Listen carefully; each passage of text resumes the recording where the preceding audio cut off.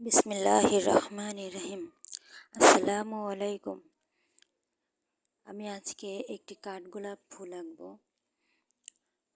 তার জন্য আমি ড্রয়িং করে নিচ্ছি। ফ্রি হ্যান্ডে যারা আঁকতে পারে তাদের সবসময় ড্রয়িংয়ের প্রয়োজন হয় না, কিন্তু আমি ড্রয়িং করে নিচ্ছি যাতে ফুলটা সুন্দর করে পেইন্ট করতে পারি। প্রথমে আমি এখানে সাদা রঙটা দিয়ে নিচ্ছি।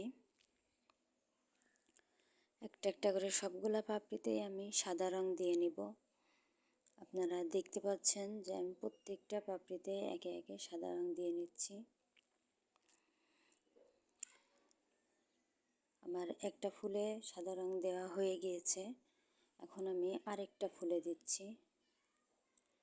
একইভাবে সাদা রং দিয়ে নিচ্ছি। এই সাদা রংটা আমি হোয়াইট পেস্ট দিয়ে এবং অন্যান্য কেমিক্যাল মিশিয়ে আমি নিজে তৈরি করেছি।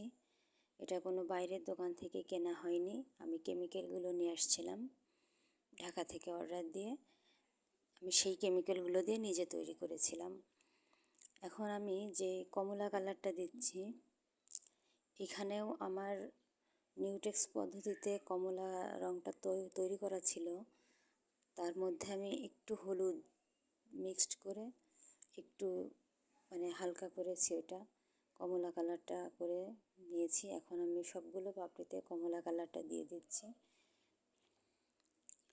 কাঠগোলাপে সাধারণত তেমন দুইটা কালারই থাকে, সাদার মধ্যে কমলা অথবা গোলাপি অন্য যে কোনো কালার, তবে দুইটা কালার থাকে। এখন আমি কড়ি দিব, আমি কড়িটাও এঁকে নিচ্ছি। কড়ি দিব, কিছু পাতা দিব। আমি সবগুলা কড়ি এবং পাতা একে একে এঁকে নিচ্ছি। আপনাদের যাদের ড্রয়িংয়ে সমস্যা আছে, আঁকতে সুন্দর হয় না, আঁকতে গেলে দেখা যাচ্ছে অন্যরকম একটু খারাপ হয়ে যায়, আঁকাবাঁকা হয়ে যায় বা সুন্দর দেখায় না, তারা একটু আস্তে আস্তে সুন্দর করে এঁকে নেবেন, প্র্যাকটিস করে নেবেন আগে।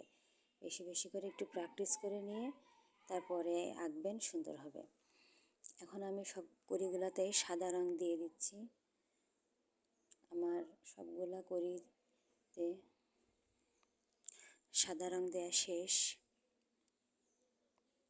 এখন আমি কমলা রংটাও দিয়ে দিচ্ছি, নিচের অংশের দিকে অল্প অল্প করে কমলা রং দিয়ে দিচ্ছি। যেখানে একটু বেশি হয়ে যাবে সেখানে আমি সাদা রং দিয়ে ওটাকে ঠিক করে দেব।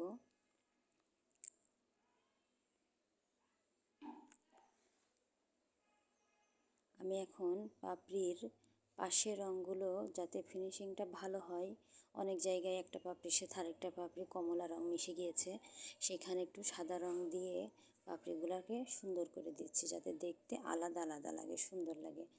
আমি পাতাগুলোতেও সবুজ রং দিয়ে নিয়েছি, যদিও এটা ক্যামেরাতে দেখানো হয়নি। একইভাবে সবুজ রং দিয়েছি এবং এখন শিরা দেওয়ার জন্য আমি হলুদ রংটা দিয়ে নিচ্ছি। এই পাতার রংটা শুকানোর আগেই আপনাদেরকে শিরাটা দিতে হবে যাতে মিক্সড করা যায়, নাহলে শুধু হলুদ হয়েই থাকবে। আমার ভিডিওটি কেমন লেগেছে জানাবেন প্লিজ।